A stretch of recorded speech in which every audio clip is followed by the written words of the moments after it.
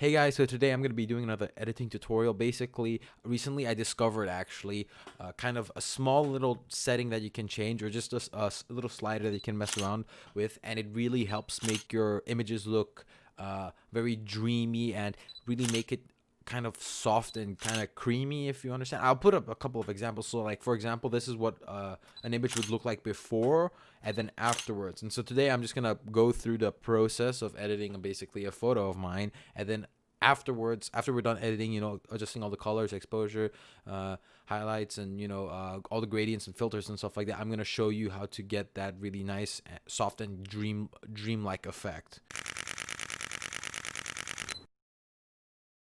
Alright, so now that we're in Lightroom, first things first, obviously exposure looks like boosted up quite a bit of more contrast. Definitely bring the highlights down. Actually, no, I don't know. I think I'll leave them as is. We need to brighten up her face a little bit, so I'm just gonna boost up the shadows a little bit. Whites, I think they're okay as they are. Blacks, I like to have a bit of darker blacks. Looks good.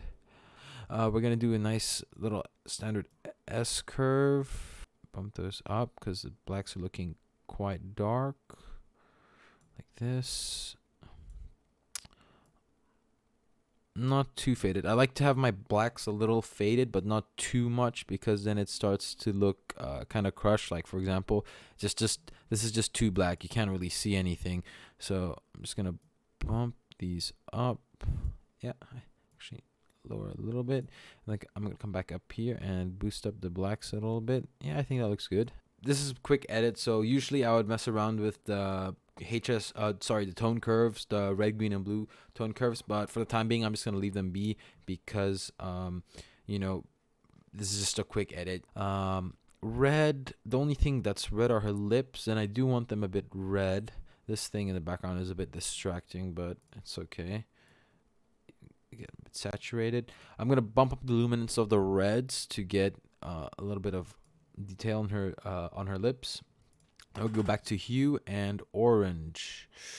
This is a bit hard. I think the hue is fine as is. As you can see, if we move the hue around a lot, it starts to really mess up the skin tones because all these lights are orange. I think this is a little bit more closer to what her skin color is actually like. I might bring it down a little bit. There we go. Yellows, luminance, sorry. I'd bump up the luminance just a tad bit. No, that's a bit too much. Yellows, just mess around with that. I want a kind of more orangey feel, so I'm just gonna move the yellow onto the orange side. Increase the saturation because I want those lights to really stand out, and bump up the luminance. Yeah, looks nice. We have this green thing here, and I don't know, I think it works better because this part of the image is kind of blue, and the left side is kind of purplish, kind of like a mix of purple and red. So I'm going to probably do one side blue and the other side purple reddish. So I'll put that on the green side. Saturation of the green, I'll decrease it. It's a bit distracting. Just bring that down. Luminance, bring that down as well. Blues, definitely a lot of blues. I'll go for a little bit more teal because I really like teal, and it's closer to that green in the background. Okay, now for the highlights, usually I go with, for this kind of image, a little bit of a bluish, greenish highlight. There we go. And for the shadows, I would probably do something like teal, or around the same. Yeah, that looks good. I'm happy with that. Camera calibration is something that I think a lot of people underutilize. You can get some really nice not effects, but results if you use it. So I tend to push my reds to the right and the greens to the right as well, and then the blues to the left side. And as you can see, it gives a very nice it's almost like it changes most of the mid tones to a nice warm kind of red orange color, And so in turn, what that means is that you can kind of increase the highlights to be a little bit more blue and the shadows to be more blue as well, because your midtones are so warm, and that way it doesn't look too weird. But obviously, if you do any camera calibrations, you have to come back and we gotta revisit color in HSL and fix up her skin color because she's looking way too red. All right, I think I'm happy with that. I mean, we went from this to this, which is pretty good. I'm happy with that. So now next step would be to essentially, actually right now you should save this as a you should save this as a preset and just keep it for next time.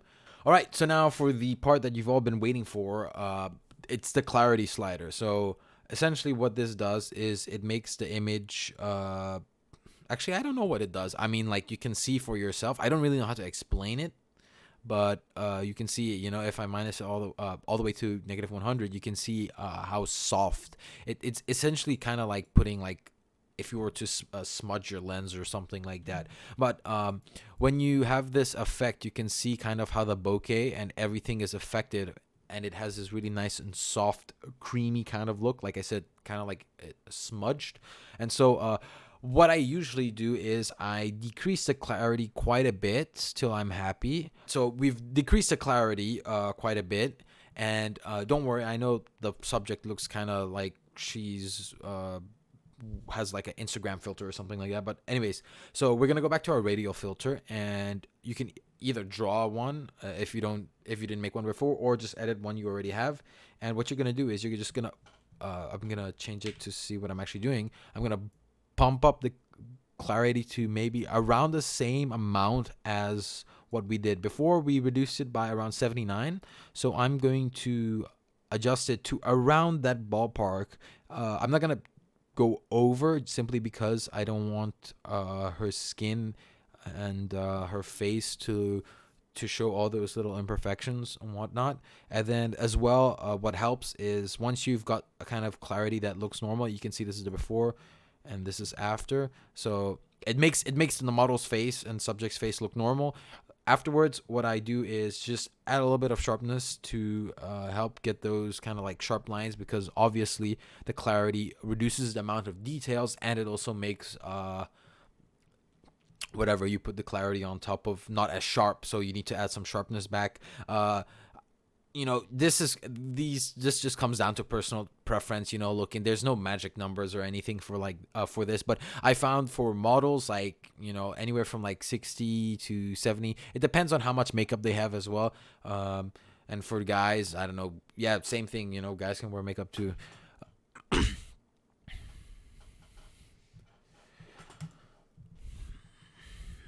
So just to recap, that there we go. This from this to this, you can see it's quite a difference with the background. It helps add that kind of dreamy effect. Like I said earlier, you can see that the bokeh is kind of like smudged, but our model's face still looks like it's normal. They look pretty much the same. The skin is a little bit softer.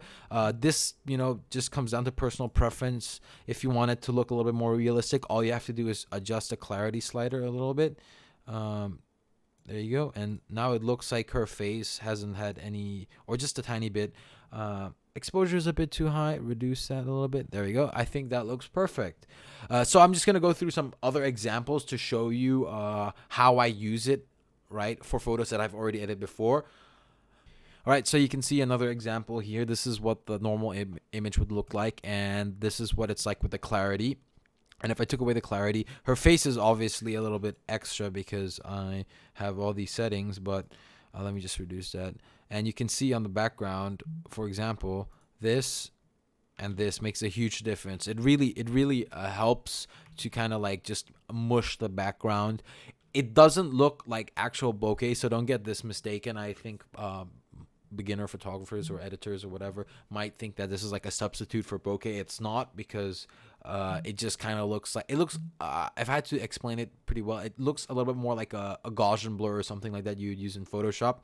I think it's just personal preference. I wouldn't say this is better than normal editing. This is just kind of like, I like to do this usually when I'm shooting models with like fairy lights or a girl who's like trying to give off that kind of like girly, like fairy tale or dreamy kind of vibe, right? You know, for example, if I was shooting this in the daytime, like just outside, I probably wouldn't do that because it makes no sense to do that. It usually works really well if you have some kind of lighting or bokeh in the background. So for example, this image right here, you can see that the clarity helps quite a bit with the background. These lights in the top left are kind of just a mush, and when I reduce the clarity, it really helps kind of blend it together and make it look like a big kind of like blue light. You know, it helps to blend the lights in the background together and make them look a little bit softer. Here's another example. So for example, if I return the clarity to normal, you can see that everything's hyper detailed. Obviously this is not exactly what it looks like because you know, when you come to editing and stuff like that, you know, this is what the model's face would look like. And so this is kind of like a before and an after. So you can see, don't pay attention to her face, just look at the background. You can see what kind of like how dreamy and soft it looks like, you know, kind of like in movies when they have that like a flashback or like a dream sequence or something like that, and everything looks kind of like soft, mushy. So yeah, there you go. So I hope you guys like that. You know, that's basically what I do when it comes to editing like that. I think it definitely helps if you feel like you're stuck and you want to try something new, a new style or a different type of edit. Try it out. I think it looks quite nice. It doesn't work all the time, you know. I'm not saying I gotta do this all the time. I'm not saying it works all the time. I'm just saying that if you know, if you feel like you want to try something new, just give it a try. It doesn't hurt to help. And you know, I feel like the more different styles and different type of edits you try out, the better a better photographer and better editor it makes you, because you know, you're trying different things. So I guess that's it. If you liked it, please like, subscribe, and check out some of my other editing tutorials if you're interested in different stuff. And I'll see you in the next one.